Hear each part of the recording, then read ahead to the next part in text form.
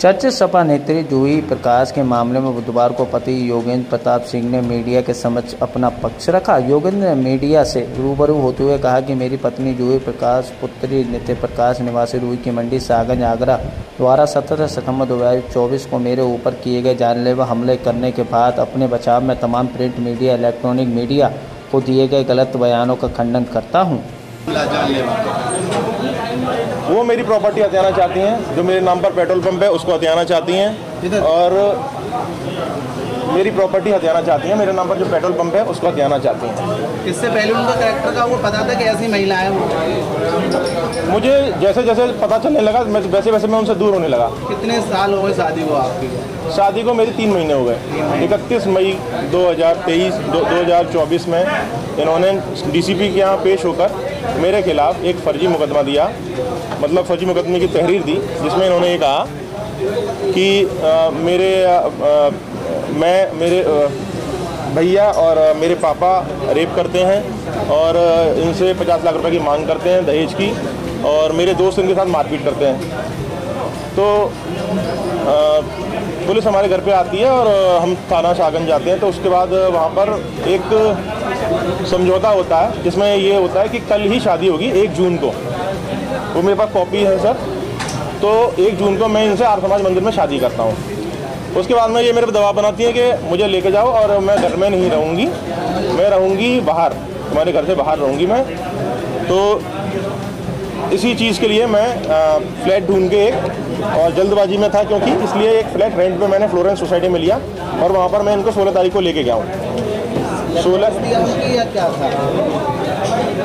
Love marriage तो अब जो शादी बलात्कार का झूठा केस लगाने से होगी तो वो लव मैरिज तो नहीं कहलाएगी, ये तो एक जबरन शादी कहलाएगी। पहले से आपका परिचय था? हाँ, पहले से मेरा परिचय था। इसका मतलब लव मैरिज माने हैं उसे? लव मैरिज तो तब तक मानते हैं ना जब तक तो राजा मंदिर से शादी होती। उन्होंने तो बलात्कार का केस लगा के शादी करी। तो ऐसे कैसे लगा दूँ मैं बलात्कार का केस? आपका आदत है उनकी हर किसी पे लगाने की। ये आप पर आरोप लगा रही हैं कि आपको गलत वीडियो बनाने की आदत है। गलत वीडियो बनाने की आदत मेरी किसी के साथ भी नहीं रही है। एक मेरा पास्ट था, जिनको ये पहले से जानती थी कि मेरी लाइफ में कोई है, ये मेरी लाइफ में ज़बरदस्ती आई, और उस लड़की को इन्होंने गाली गलौज करके और उल्टा सीधा बोल के मेरी लाइफ से हटा दिया। उसके कुछ साक्ष्य इन्होंने अपने पास रख लिए, फोटो वोटो। उसके बाद मुझे कंटिन्यूसली ब्लैकमेल करती रही। और क्या कहना चाहते हैं? मैं आप लोगों के माध्यम से ये कहना चाहता हूँ कि ये मुझे बहुत सालों से ब्लैकमेल कर रही थी, और इनकी ये आदत है। ये मीडिया में, मैं इतने दिन से सर हॉस्पिटल में हूँ, ठीक है, और मेरे चोटें आई हैं, गंभीर चोटें आई। मेरे पे मर्डर करने की कोशिश करी गई, मर मैं पाया नहीं। कानून ये कहता है कि जब पीठ पे वार किया जाता है तो कत्ल या आम क्या कहते हैं हमला नहीं होता। वो पीठ पे वार नहीं है सर, वार यहाँ पर है, यहाँ पर। ये पीठ नहीं है, ये साइड वाला एरिया है, ये पीठ नहीं है। उनका आरोप ये है कि 35 लाख क्या कहते हैं आपका। हाँ, मेरे पास सबूत है सर। जो इनका पूरा चुनाव लड़वाने का जो सारे ग्रुप ऑपरेट कर रहा था वो मैं कर रहा था, ठीक है। इनकी पूरी पार्टी जानती है मुझे। ये अपने जहाँ पे भी जाती थी ये कहती थी कि ये क्या कहते हैं, हम लोग ये मेरे फियांसे हैं ये, और यही पूरी चला रहे हैं पार्टी, मतलब यही मेरा पूरा चुनाव लड़ रहे हैं। तो ऑब्वियसली मैंने तो पैसा दिया ही होगा, नहीं तो मैं जो व्यक्ति 2017 में टिकट लेके आया हो पार्षद की, और पार्षद में 4थे नंबर पे आया हो, उसको मेयर का चुनाव की टिकट पार्टी क्यों देगी? आपने क्यों लड़वाया चुनाव? 20 लाख रुपये क्यों लड़वाया? आप तो उनमें परिचित भी नहीं थे। आप नहीं, ये नहीं कहा मैंने परिचित नहीं था। मैंने कहा कि 2019 में मेरी जान पहचान हुई थी। अभी आपसे पहले भी थोड़ी देर पहले जो उसमें थी, मैंने उसमें बताया प्रेस कॉन्फ्रेंस में कि मेरी 2019 में बात हुई। उसके बाद हमारी मुलाकात भी हुई हो थोड़ी बहुत, लेकिन जो मेन हमारा जो रिलेशनशिप बना वो जो 2023 के चुनाव में बना है। जब मैंने इनके कहने पर, इनके पूरे इमोशनली इंडल्ज हो जाने पर इनके साथ में मैंने इस वाली बात को कहा कि मैंने अब इनको पूरा चुनाव मैं लड़वाऊंगा, ठीक है। इन्होंने कहा कि मेरे माँ बाप नहीं है, मेरे पास पैसा नहीं है, और मेरे भैया भी एक मर गया है, एक भाई है जो मेरी सुनता नहीं है, भाभी है मेरी सुनती नहीं है, तो तुम ही मेरे सब कुछ हो, तुम्हें ये चुनाव लड़ाना है। उस दिन 18 अप्रैल था, इनके पापा की बरसी थी, उस दिन की बात है।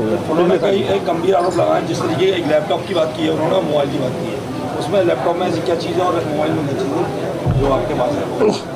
मेरा एक पास था, उसका अगर कुछ भी हो तो वो ये पहले से जानती थी, और मेरा मोबाइल ये रखा हुआ है और लैपटॉप वहाँ पे पड़ा हुआ है। आप उसको लैपटॉप की पुलिस जांच कर ले, उसमें जो भी मिल जाए, और अगर मैं दोषी हूँ तो कोई बात नहीं। पहला केस है जब कोई पुरुष किसी महिला पे आरोप लगा रहा है, क्या आप? पहला केस नहीं है सर, ये रोज होता रहता है। आप एक बार जाके दीवानी में बैठिए और कमिश्नर के यहाँ जाइए। आज ही मैं कमिश्नर साहब के यहाँ मिल के आया था, मेरे जैसे 3 लोग और थे। आजकल इन सब जूही प्रकाश का अगर आपके अकॉर्डिंग था तो क्या है कैरेक्टर? जी, ब्लैकमेलिंग का कैरेक्टर है उनका हनी ट्रैपिंग का कैरेक्टर है उनको बहुत सारी मेंटल बीमारियां हैं, बहुत हाइपर एग्रेशन है उनको रिश्ते नाते बनाने नहीं आते, उनके किसी से भी अच्छे रिश्ते नहीं हैं, किसी से भी अच्छा संबंध नहीं है अपने घर में। और हमारे मैं चाहता हूं कि आप लोग मेरी बस ये चीज़ें जो उन्होंने मेरे ऊपर उठाई हैं उसको अपने माध्यम से बताएं, और जो कानून प्रशासन से मेरी मांग वो है कि मुझे बचाएं और इनको जेल भेजें।